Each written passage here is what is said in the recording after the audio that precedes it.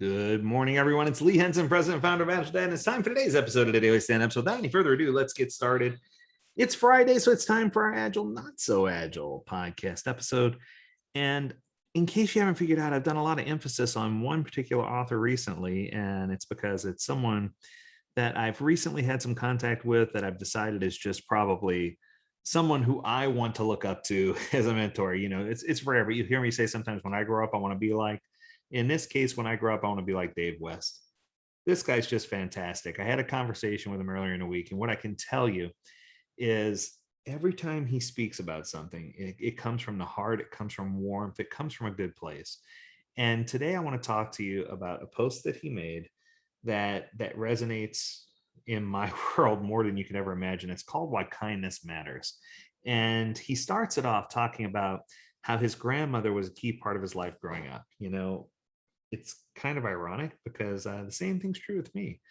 Um, while I live with my mom and many stepdads over generations, I found solace in the time that I got to spend with my grandma, with my mama and my papa. And I always look forward to going and spending long weekends with them or extended weekends. And grandparents just have this special quality about them where, they know exactly what to say and they know exactly what to do. And he goes on to talk about his gram. And he says, my gram was famous for little sayings. One saying she used on a regular basis was, "Be kind today, it's free." And I love that. It just, it reminds me of my grandma who passed away not too long ago. And the kindness that she had in her heart and the things that she would always do to go out of her way to make sure that I had everything that I needed. He says, as a kid, I remember thinking, of course it's free, but you don't get anything from it. Not like comics or candy or stickers. They cost money because you actually get something. But what his Graham was sharing, he goes on to say, is something that's fundamental about kindness. It is free, and you do get something in return. Kindness is a hugely valuable thing that when you're kind can benefit you, the team, and actually whatever endeavor you're on. When dealing with complex problems or issues or working with people, kindness can be the glue that helps you not only survive the experience, but also flourish. Wow. And he goes on to note that there's tons of scientific data to support this. And he goes on to talk about studies from Google and the Apollo 13 mission and so many amazing things. But the truth is, our goal should be to create environments of psychological safety, both at home and at work. And we should treat everyone with dignity and respect. And, one of the things that I always try to find a way to weave into my classes when we're talking about is recognizing people's strengths and looking at them for their gifts and for their talents and for the things they know how to do, and recognizing just how incredible and complex people are. I think that's incredibly important to understand physiological and psychological safety and to create an environment where people are confident that they can do things without retribution. So I think the part that probably struck me the hardest was when Dave does something here that I do in every single one of my classes. I grew up in a Roman Catholic community and I took a lot of years of Latin. So one of the things that I'm known for doing is going straight to the dictionary when I was trying to find the answer or something.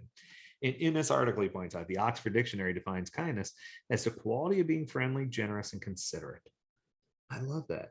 So if you look at those three things individually, friendly means that I genuinely care about people, that I genuinely want your well-being. Generous means you give more than expected, and sometimes you give more than you have. It reminds me of the story of the widow's mite, where she gave so little, but what she gave all. And I think that it's important for us to recognize that generosity is such an important part of kindness, and it's an important part of making the world a better place. Finally, being considerate and understanding and considering the impact that you have on others and the impact that your gift has on others.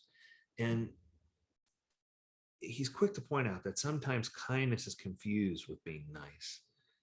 And those words can be used interchangeably, but there's something totally different, right? Being nice is just a focus on pleasantness of an environment rather than the impact or outcomes it provides, right? So for me, I always try to describe to people that if you're going to change the world, you need to find these three things to do. And I don't necessarily call them out as friendly, generous, and considerate, but I call it out as caring, being aware and caring about people, to give more than you receive, to always look for opportunities to serve others, and to be considerate, to be thoughtful, to have empathy. And I think those three things are the things that make the world go round. And it changes you from being a person who is just nice to a person who is genuinely kind. And he goes on to describe about dopamine and serotonin and oxytocin and how your body reacts to positive and negative things. And talks about articles that talk about having kindness be a core tenet of your company. But I want to take this to a whole new level, right? The truth is, we need to find ways to start to value kindness. Organizations that have outperformed any other organization. So he goes on to talk about a study. Sarah Sabin, I believe the name is, he says, talks about this in an article called A Counterintuitive Approach to Business Success, Being Kind. And she cites a study by Jim Stengel on tracking 50 companies that value kindness above everything else and how they ultimately outperformed the S&P 500 by over 400%. Hello. She goes on to describe how innovation is connected to kindness and highlights the relationship between trust, safety, kindness, and I'm going to do one more, and family. I think that when you have this cycle, the cycle of growth, where you can be kind and you can be giving and you can be aware that you can make the world a better place. At the end of the day, there are very few people who have as much money or the same attitude as Elon Musk or Steve Jobs. So the rest of us need to work together just to work even more hard to solve hard problems and deliver amazing results. But as problems in the world today become even more and more complex, and it requires more culture, inclusiveness, diverse teams, and diversity, the value of kindness is only going to increase in importance. It's only going to grow from here. So he closes it by saying something that, sorry, I can't even get through this. He closes it by saying, maybe my grandma's onto something, which he said, it's after all free. You can get amazing returns. It can give you amazing returns, was his exact words. And he's right. How many times do we stop to teach our children to be kind? How many times are we kind to our spouse, significant other, our partner, our boyfriend, our girlfriend, whoever it might be? How many times are we kind to our boss, to our admin, to how many times are we kind to the cashier who's checking us out, or to the person in a restaurant, or how many times are we kind to others and look for ways to serve and to extend ourselves to others and share the gifts that we've been blessed with? And Dave, I had mad respect for you, for what you've done for the Scrum community and for the people that you know and for the influence that you've had. But now I can honestly say that I also have mad respect for you as a person and as someone that I want to strive to be more like. I think that between the two of us, we can create and build bridges and tear down walls and change the world to be a better place. And we can fill the world with kindness.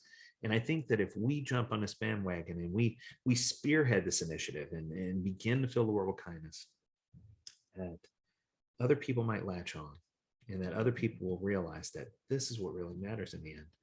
That we're not going to be, we can't take all these things with us, but how kind we are will never leave. How kind we are will come and go with us, because we'll leave a world of memories behind of the things that we've done that have impacted others. So I hope that you have an opportunity to serve someone. I hope you have an opportunity to be kind, and I hope you have an amazing weekend. Dave West, you're an amazing person, and thank you for writing this article, because it opened up my eyes, and it gave me a warm memory of my grandma, my mama, that I haven't had in a long time. So thank you for bringing that up for me and allowing me to share in that special memory with you. So until next week, I encourage you to have a brilliant weekend. Spend time with those you love. Hug them a little harder hug them a little harder this weekend. Spend more time with them, and we'll see you on Monday. Do take care.